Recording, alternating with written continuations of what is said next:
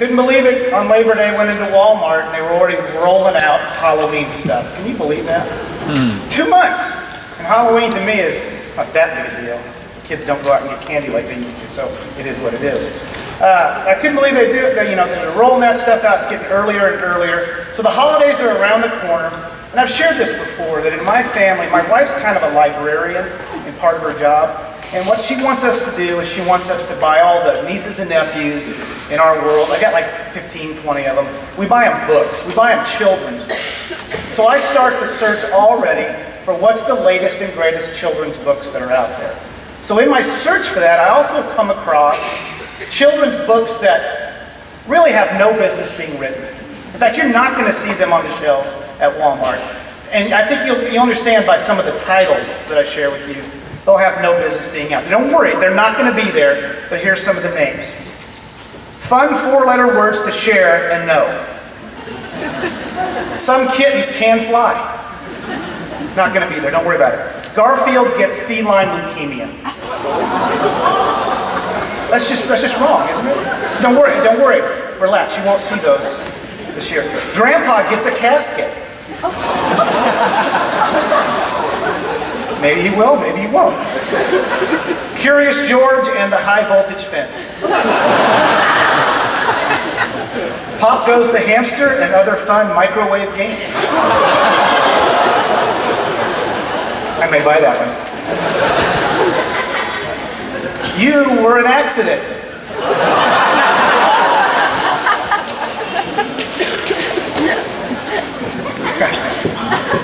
Things that rich kids will have that you never will.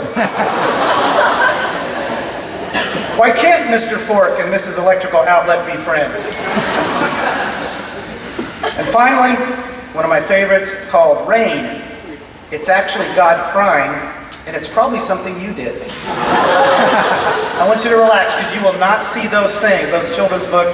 But I did look online. We have new books this year, and they actually have covers and everything. Here's some of the newest ones that I found. It's kind of an older list.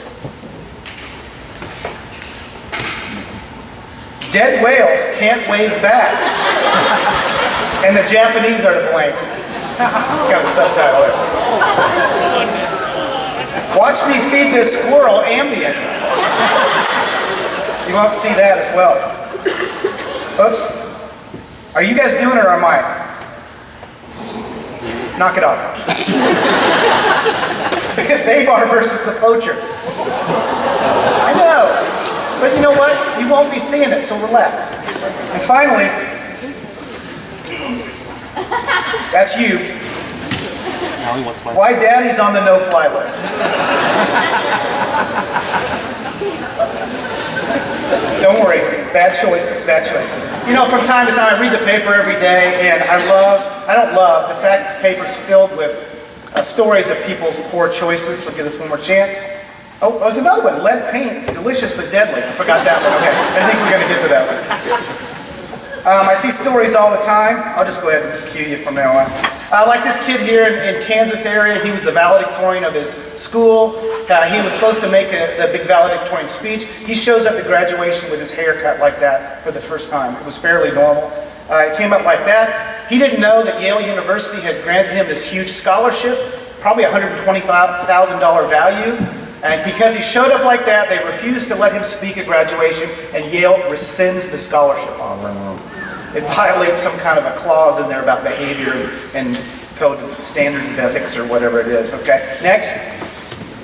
Kid wanted to get in there and get into his dad's crossbow, so he set up a target inside his bedroom, missed the target, went through the drywall, and found Fluffy, the dog. I wouldn't call that dog Fluffy, but it hit the dog instead. That's the actual dog and the crossbow arrow that went to him. Next. A couple of kids, there's some kids in Wichita, Kansas, again, they wanted to shoot baskets in their driveway. They were 12 years old, and they knew that their parents went on this 1-hour walk almost every day.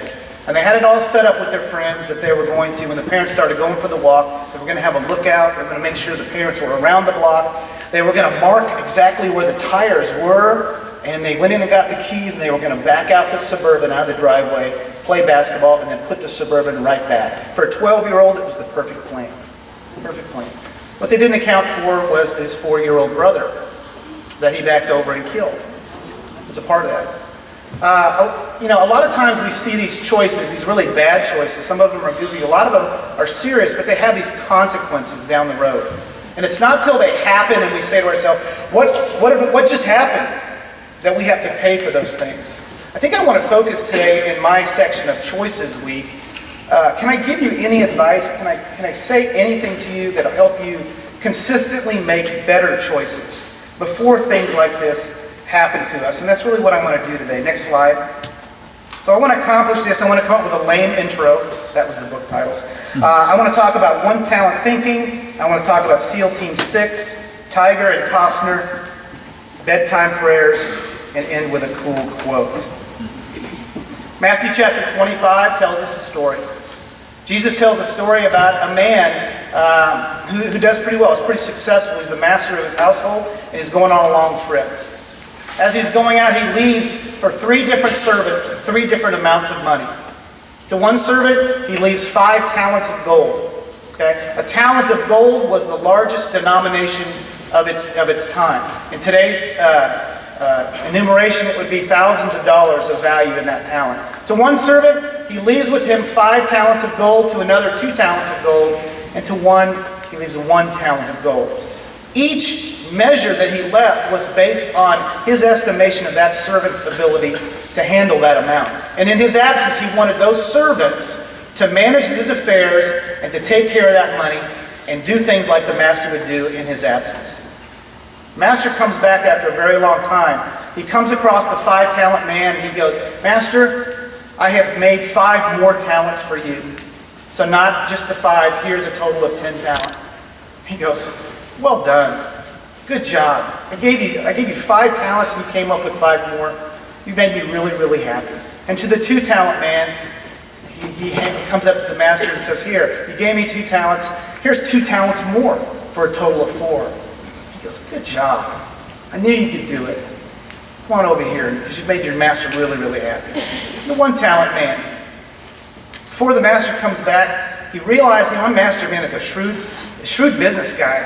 Everything he touches, just blossoms. I'm not like that. So he took his talent of gold and he buries it in the ground. Buries it in the ground. When the master comes back, he dusts it off. "Here, master, here's your talent of gold back." And he goes, "What's going on here?" "Well, I was afraid that I wouldn't do well, and so I buried it. Because I knew you were harsh, I knew you were shrewd, and I just didn't want to make a mistake, so here you go." He said, "Get out of my house. Get out of my house. If you couldn't do this very, very simple thing for me, if you couldn't at least put it in the bank and gain interest, which is a rudimentary thing, and everybody should know that, right? You couldn't even do that. There's no place for you among my servants. See you later." Well, that's a harsh story, is it not? 5-talent guy and a 2-talent guy, that's 100% return. They had a long time to do it, and it's not easy to do those things. That 1-talent man, he had issues of his own, and that's really what I want to focus on today. Because I think a lot of us really do relate to that 1-talent man. And I know I do. I know I did when I was younger. And see if you can see in any of these attributes, maybe in yourself, or maybe your former self, as you started to grow. I think the 1-talent man, just like him, and his 1-talent man thinking, okay, we blame someone else for our poor choices. Master's really tough, so I better bury it. He blames somebody else, even the master himself, for his poor choice. We think that not failing is the same as success, and it's totally not. And we think that if something is no big deal, and we think that taking that option to give up or quit will have no consequences, we fool ourselves. I think a lot of us are like that. I think a lot of us in here have 1-talent thinking. I don't want to be so hard on the guy today, though. I'm going to give him a break. I'm going to make an assumption that he just doesn't know the initial steps on how to learn to be successful in his life. Because I think it's the little things. I think it starts with accepting the little attainable challenges that life presents. And as we master those things, we move on and we graduate to bigger and better things. I just think he didn't know himself and what he was capable of. Next slide. A frequent guest to our campus is Nathan Miller. And this summer, he was here speaking to our conference. All the coaches, the administrators, a lot of athletes were here. And he was talking about a lot of cool things. But one of the things he mentioned was a story about Admiral William McRaven, who gave a commencement address at the University of Texas. And Admiral McRaven is the leader of SEAL Team 6 that went in and captured Osama bin Laden. Very successful, he's now retired. But at the heart of his commencement address at the University of Texas, he said this one stunning thing. It was really the premise of it all. He said, if you want to change your world, get up every morning and make your bed. And he went on to explain that as you go through SEAL team training and any kind of special forces training, they spend the first days and weeks and months with the little things. And the first and the foremost, the first thing they teach is how to make your bed. You get out of bed in the morning and you make it perfectly. So you accomplish the very first task of the day. And then you move on to the next thing, and the next thing, and the next thing. And it doesn't matter what your day holds, even if it was cruddy, you always come back to a made bed. Isn't it cool to go back to a made bed? So I begin my day perfectly, and I end my day perfectly. And everything else falls into place. See, we start with the little things. So when we train our SEALs or our officers or whatever it is, we want them to accomplish the little things first. We want it to become second nature. We want it to become instinctive and intuitive and reflexive, like reflexes. That's how you accomplish great things. That's how you accomplish great things. Not only do you subdue the enemy outside, foreign enemies, we subdue the enemy inside of us for the common man. And that's for his desire to remain common. Speaking of reflexes, anybody here been on SportsCenter before? Like a highlight? I've been on SportsCenter. Put your hand down. Let's steal my show. I've been on SportsCenter twice. No applause, please. The first time I was on SportsCenter, it was at the height of Tiger Woods' success. The Tour Championship, which is the final deal at the end of the year, it used to be. They play for $1 million, the top 30 players. It was at my brother's country club in Houston. So we got great passes. We'd go in the locker room and stuff like that. So we were at the tournament. It's the second to the last round. We're following Tiger Woods around all the day. And if you've ever heard about this, every Tiger had like 100 times more people follow him than everybody else. So you really couldn't get near it, so you had to kind of leapfrog. If you were on this hole, you'd rush to the next one until he came up. So we watched him on 17. We were just going to walk up to the clubhouse in the woods and maybe catch him at the end of his round or go in the locker room or whatever. All of a sudden, we're walking in the woods, and this ball comes flying in. Okay? And it almost hits us, and it just lands a few feet away from us. So I go over, I knew it was a player's ball, so I go over and kind of surround it, and it's got Tiger written on it. I go, ooh, should I take it? No, I can't take it. Nobody did. So, but I go and I stand, my brother and I were standing right there, and sure enough, it's Tiger's ball. He's locked in the woods, and I'll never forget this. He walks up to the ball, and he looks up at this small opening in the trees. It couldn't have been more than, I don't know, that basketball goal. And he goes, I'm going through there.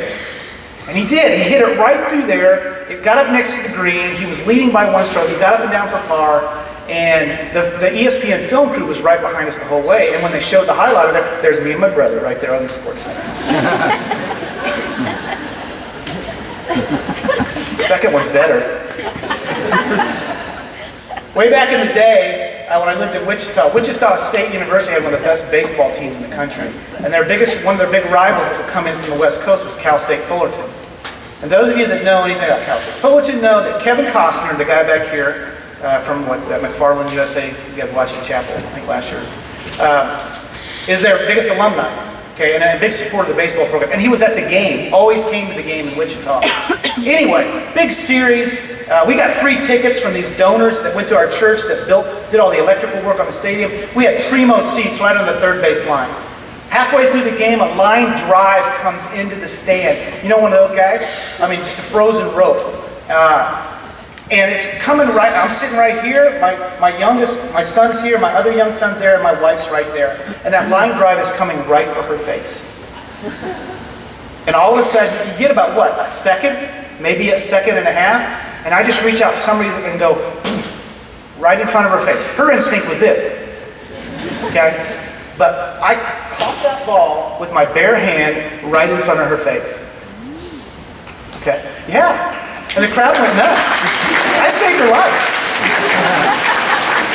The cool thing was, what's the thing I did? I stood up and I took that ball and I pointed to the crowd. I went. And Costner was over there. Say, Ramona, you're Costner. And I went to Costner and I went. Because everybody knew he was there. I mean, it's like a famous guy there. So I stuck it. And Costner, he didn't do just this. He didn't do this. He was doing this. Woo! And that was on SportsCenter that night. That was so long ago where I'd have to get the VHS tape out to show you, because I do have it. But I thought I'd call Tiger and Costner up to see if they remember me, see what my odds were at. But you know, how did I know at that split second just to reach my hand out and just instinctually catch the ball? By the way, you could see the seams of the ball in my palm, and a half hour later I could not open my hand. It hurt that much, okay? But reflex, right? It was probably the tens of thousands of baseballs I had hit at me over the previous 25 years. That at some point I just reached out my hand and just made that catch. And it just happened. I don't know. It was reflex. Guys, choices are like that too. Especially the small choices in life. If we can master those, if we can make those become reflex in our life, then we can move on to bigger and better things. Next one. I think the second issue that the one-talent man had in his one-talent thinking is not only did he not know himself, he obviously did not know the master. His one-talent thinking, he thought he mistook the master's generosity as a burden and not a blessing. He mistook the master's intention, and that was to grow him, not to shame him. He didn't know the master well enough to know that the master knew him perfectly. He totally misunderstood the consequences from his seemingly small choice. He could have been on his way to a 10-talent life. Instead, he was homeless. And he put his own interests in front of the interests of his master. Last slide.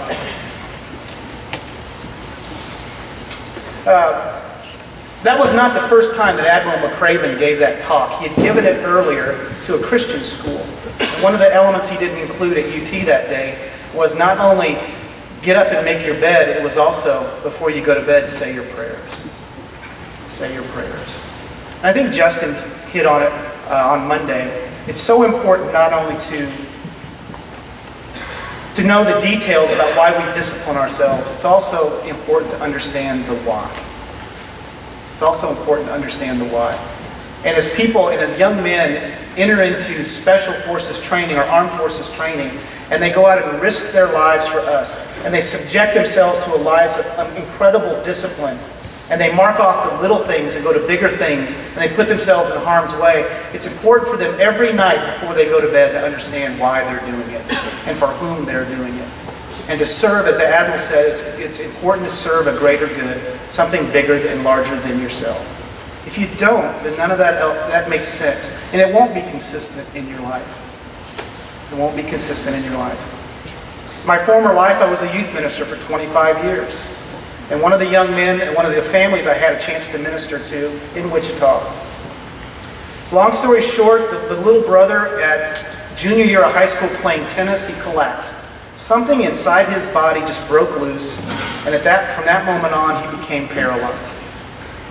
He's never walking. In fact, for a long time, he couldn't breathe on his own. His older brother, a few years older than him, same age as my youngest son, about 23 now, was an angry young man. He was definitely on his way to a one-talent life. He blamed everybody for everything that was going wrong with him. He made very, very poor choices. He was very undisciplined. He didn't do the little things well. And when his brother one of the things his brother wanted to do, he wanted to go to the Naval Academy. That was his dream. And his brother along the way said, I'm going to stop being so selfish. I'm going to go into the Naval Academy. In fact, I'm going to be a Navy SEAL. 2 months ago, Luke Harris completed Navy SEAL training. He came back, he wasn't able to come back for a whole, like 9 months. And everybody that saw him where we used to live said, I can't believe this is the same person. We sent away to training a one-talent man, and we got back a person living a 10-talent life. That kind of discipline, that kind of training really paid off for him. It made all the difference in his world. And I don't think that's just unique to Luke and his drive. He's just like every one of us that just needs to realize that it's the small things that move us on to the bigger things and the greater things. And by the end of it, if it becomes reflex and automatic in our life, we can live a 10-talent life. So my challenge to you today is this. I dare you for 30 days, get up every morning and make your bed. And before you go to bed, say your prayers. I think it'll help you change your world, and you'll be on your way to live a 10-talent life. Thank you. Yeah.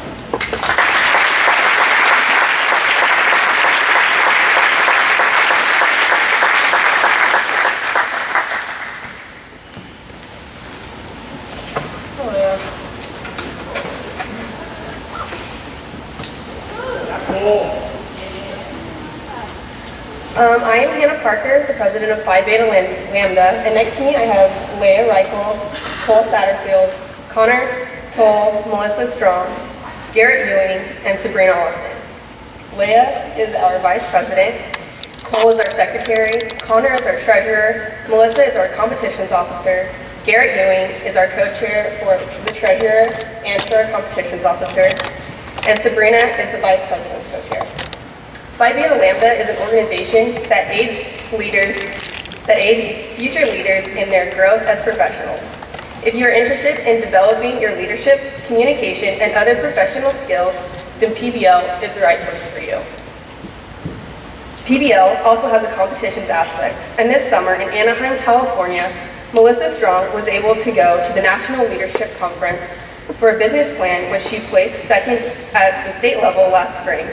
While at Nationals, Melissa presented her business plan again to a panel of judges and was awarded 4th place. I am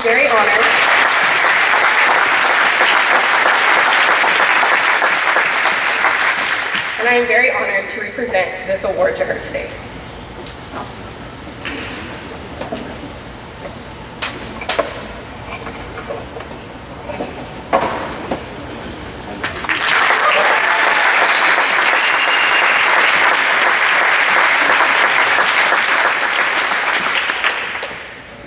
We would all like to invite anyone who is interested in learning more about PBL to a meet and greet on Sunday at 5:30 in the Miller Room for ice cream floats and more information on our chapter. Come as you are. Don't feel like you need to dress up. You can wear jeans and a nice shirt or athletic shorts. It doesn't really matter, just however. Thank you.